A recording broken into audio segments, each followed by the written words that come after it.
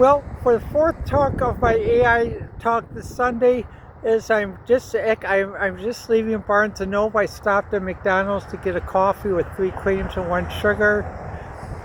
The thing I like to mention though is in this AI process, I started last night at 2 a.m. to develop the program, and also discuss some more Barnes and Noble today, and even walking to meet a friend at Wendy's earlier this morning. The thing about AI development, it should be as a way to augment human lifestyle and human existence, quality of life. It shouldn't be about replacing people. It shouldn't be about saying, well, people can have other jobs. Because one point I left out on the third part of my AI talk was when the auto manufacturing plants closed in this area, the Motors, American Motors, and some other places. At that time, basically, they said, well, we can move these people into sales, we can move these people into programming, which they did.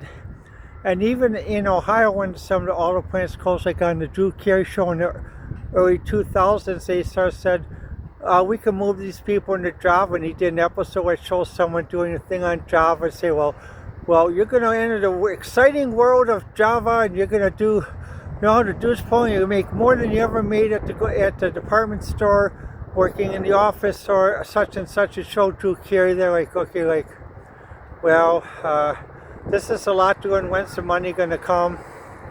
And the thing is, what happens, so AI shouldn't be used to dump people. So again, like I mentioned before, when people talk about, well, I'm a senior programmer, I don't have to worry about AI. Well, it's true, you don't. You shouldn't have to, because if you keep up, you don't have to worry about AI. But just now I saw one person driving by a car that they just bought in 2013 for $79.95.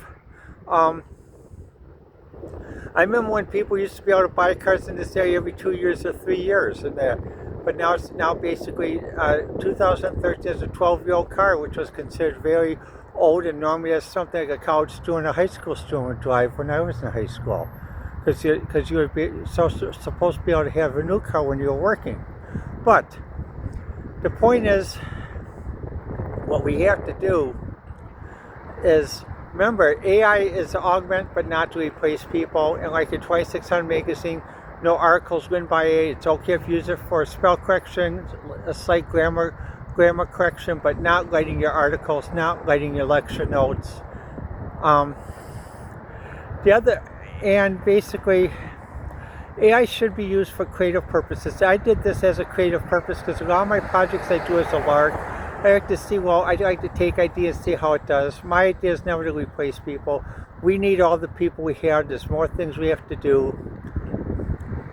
Also, what happens though is we have to work together, because as the world becomes more populated, as resources become more strained, we need to find better solutions like that though. And we just can't say, it's just I just have to care about myself and everything else will take care of themselves. No, it doesn't work that way. We have to work together. So the thing is, the reason why I put some of this stuff on open source is because basically to share ideas, like the old computer revolution, we are supposed to share. But the thing is, we're not supposed to have a dystopic society where you see people walking with a grocery cart that are homeless and dressed in winter clothes like that, like I'm seeing now, or other things like that.